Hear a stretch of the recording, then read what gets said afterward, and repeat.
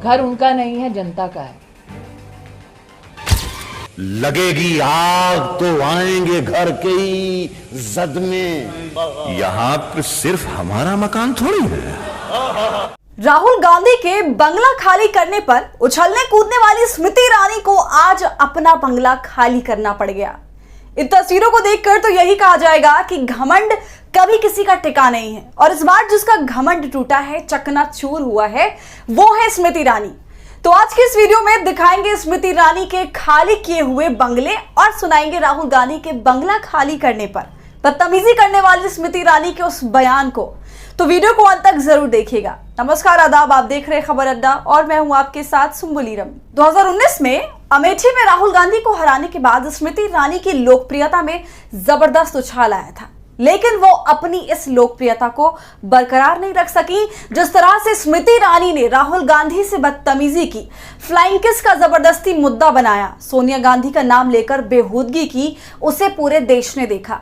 लेकिन वक्त बदलने में समय नहीं लगा। सत्ता का घमंड अब ऐसा चकनाचूर हुआ है कि जिस घर में स्मृति ईरानी रहती थी, अब उसी घर को मोदी सरकार ने खाली करा दिया है। आप 28 नंबर बंगले के इस नेम प्लेट को देखिए, कैसे स्मृति ईरानी का नाम चमक रहा है। ये नाम पिछले कई सालों से चमक रहा था, लेकिन मोदी सरकार के आदेश के बाद स्मृति ईरानी के बंगले से उनका नेम प्लेट नोच कर फेंक दिया गया है। इसलिए कहा जाता है कि घमंड सर पर नहीं चढ़ना चाहिए, वरना जनता लात मारकर सत्ता से बेदखल कर देती है और अपने ही पराये जैसे लगने लगते हैं।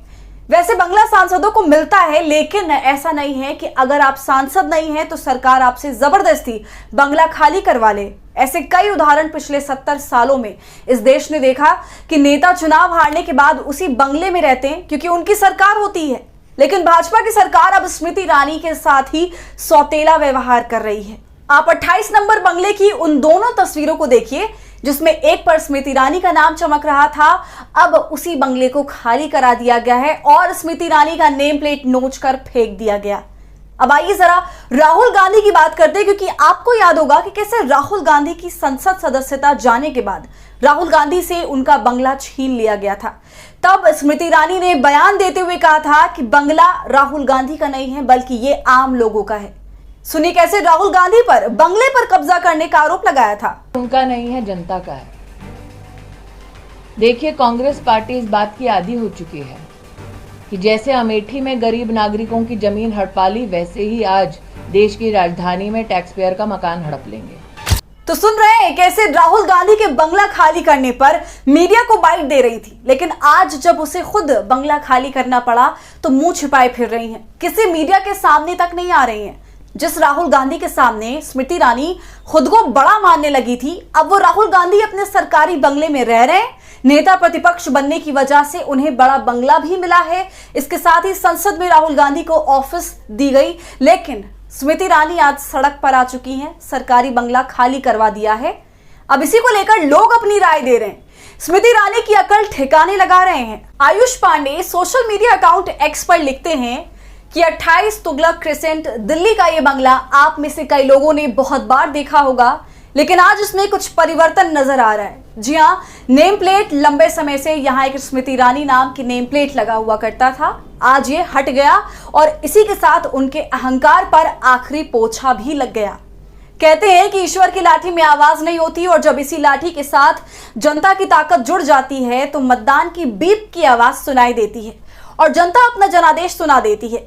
अमेठी से सिर्फ स्मृति ईरानी नहीं हारी है, अमेठी से अहंकार हारा है, बदतमीजी हारी है। 28 तुगलक क्रिसेंट के इस बंगले को देखकर 12 तुगलक लेन का वो बंगला भी आज सुकून के पल ले रहा होगा, जिसे इस अहंकारी सरकार ने राहुल गांधी को षड्यंत्र पूर्वक लोकसभा से निकालकर बंगला भी छीन लिया था।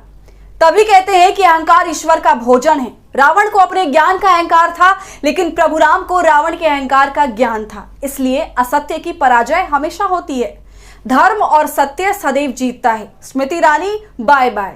बंगला नंबर 28 इसलिए भी अहम है क्योंकि गैस सिलेंडर के दाम बढ़ने पर कांग्रेस के कार्यकर्ता इसी बंगले के सामने प्रदर्शन करते थे। अब कम से कम इस बंगले को राहत मिलेगी। देखिए कैसे कांग्रेस के कार्यकर्ता स्मृति ईरानी के बंगले को घेर कर गैस सिलेंडर के बढ़ते दाम के खिलाफ प्रदर्शन करते थे।